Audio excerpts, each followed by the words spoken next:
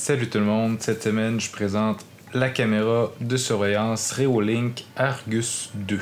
C'est une caméra de sécurité portable avec une batterie intégrée qui peut durer des mois ou qu'on peut relier à un panneau solaire.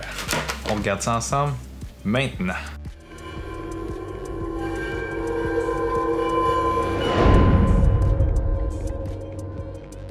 J'ai déjà testé des caméras de la compagnie Reolink. Je vais mettre les liens en haut et dans la description. Cette fois-ci, c'est leur modèle portable qui est le Argus 2.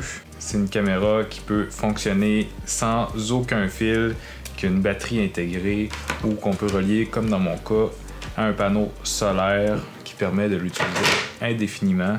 Ça fait déjà un mois qu'il est installé dans ma cour puis qui surveille à peu près tout ce qui se passe. Avant de vous montrer le déballage, je vais vous parler un peu des caractéristiques du produit. La caméra Argus 2 est équipée d'une image de 1080p. On a une vision nocturne Starlight. L'audio bidirectionnel, donc on peut parler à la personne devant la caméra ou entendre qu'est-ce qui se passe. L'étanchéité IP65, ce qui veut dire que c'est résistant aux poussières et aux jets d'eau.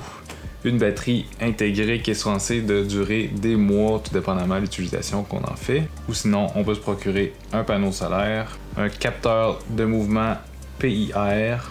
On peut visionner le tout en direct à partir de l'application ou à partir d'un PC n'importe quand. C'est compatible avec Alexa ou Google Home. Et le stockage se fait directement dans une carte micro SD sur le côté.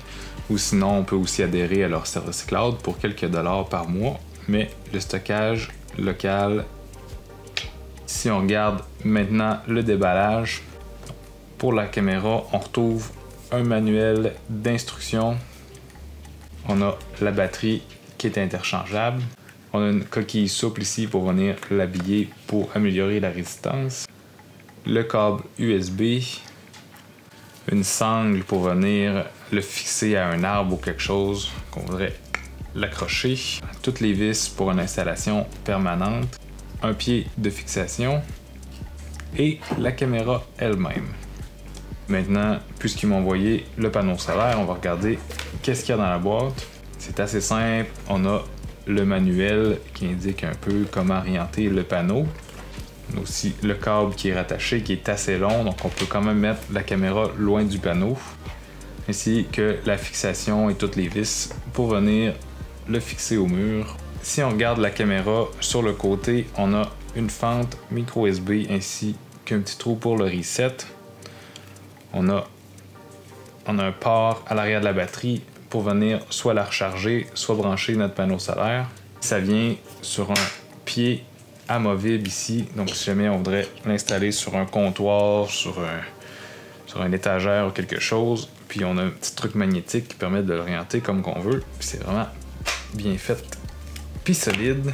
Pour le panneau solaire, c'est fait en plastique, mais ça a l'air d'une bonne qualité. Moi, ça fait un mois qu'il est en plein soleil, puis il n'y a aucun signe d'usure dessus. Pour l'installation, c'est assez facile. On vient installer l'application Reolink qui est super bien fait. Je vais vous revenir un peu plus tard là-dessus. Puis on suit les étapes, mais en gros, il va juste falloir mettre notre caméra devant un code barre, puis ensuite indiquer les informations de l'Internet sans fil. Et voilà, tout est programmé dans l'application.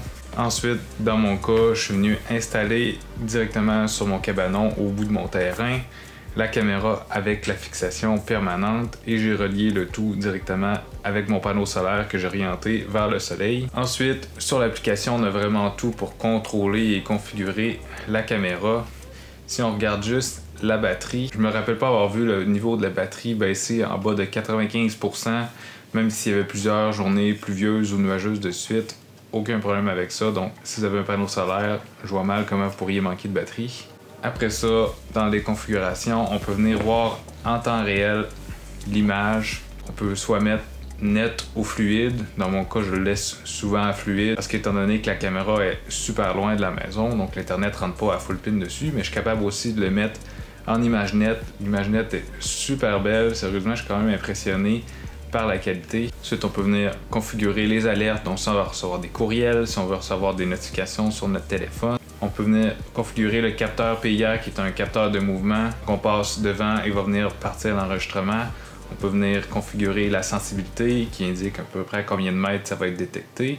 Ensuite, on a un mode qu'on peut venir activer qui vient détecter si c'est juste des mouvements de branches ou des feuillages ou peu importe, qui permettent de ne pas être averti pour rien s'il y a un peu de vent. Par contre, dans mes tests, s'il y avait beaucoup de vent, moi j'ai des gros arbres dans ma cour, les arbres bougeaient beaucoup, j'ai été alerté souvent dans ces journées-là, mais la plupart du temps, s'il y a juste du vent léger, aucun problème, je me fais pas alerter pour rien.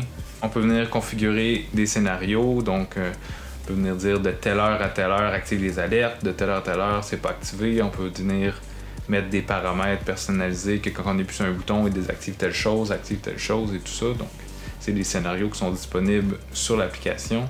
On peut venir visionner tout ce qui est enregistré sur la caméra, donc toutes les détections. C'est bien fait, on peut sélectionner notre date, on a un petit timeline avec toutes les heures de la journée que du mouvement. On peut venir visionner un après l'autre. On peut aussi venir télécharger des vidéos pour les utiliser ultérieurement. Ça fait le tour de l'application. L'application est super bien faite, on peut tout faire presque dessus. On peut les visionner la caméra en temps réel, c'est super fluide. On a aussi une vision de nuit. J'ai l'impression qu'avec la vision de nuit, c'est moins sensible. Donc des fois, j'ai l'impression qu'il y a des choses qui se passent, mais qui n'enregistrent pas nécessairement. Ça doit dépendre aussi où que la caméra est placée. Mais sinon, si je fais juste partir la vision de nuit comme ça, on voit très bien qu'est-ce qui se passe devant la caméra. J'ai trouvé l'image qui était de super bonne qualité en 1080. Rien à redire là-dessus. J'aime bien le fait que ça soit portable. On a une batterie intégrée directement. Sinon, on peut acheter le panneau qui vient avec. C'est absolument limité, donc pas besoin de faire passer un fil un peu partout. Si vous êtes dans un à chasse ou peu importe, vous pouvez l'attacher à un arbre avec la sangle. Après ça, venez récupérer la caméra pour prendre des images. Si vous cherchez une caméra de surveillance portable, je pense que ça peut très bien faire la job. Comme d'habitude, je vais mettre tous les liens dans la description. J'espère que vous avez aimé la vidéo. Si c'est le cas, faites un j'aime. Si vous n'êtes pas déjà abonné, vous êtes intéressé à des gadgets ou des produits technologiques, un peu comme les caméras de surveillance, vous pouvez vous abonner maintenant en appuyant sur le bouton s'abonner. Faites me faire la petite cloche pour être sûr de rien manquer. Puis sinon, on se voit la semaine prochaine.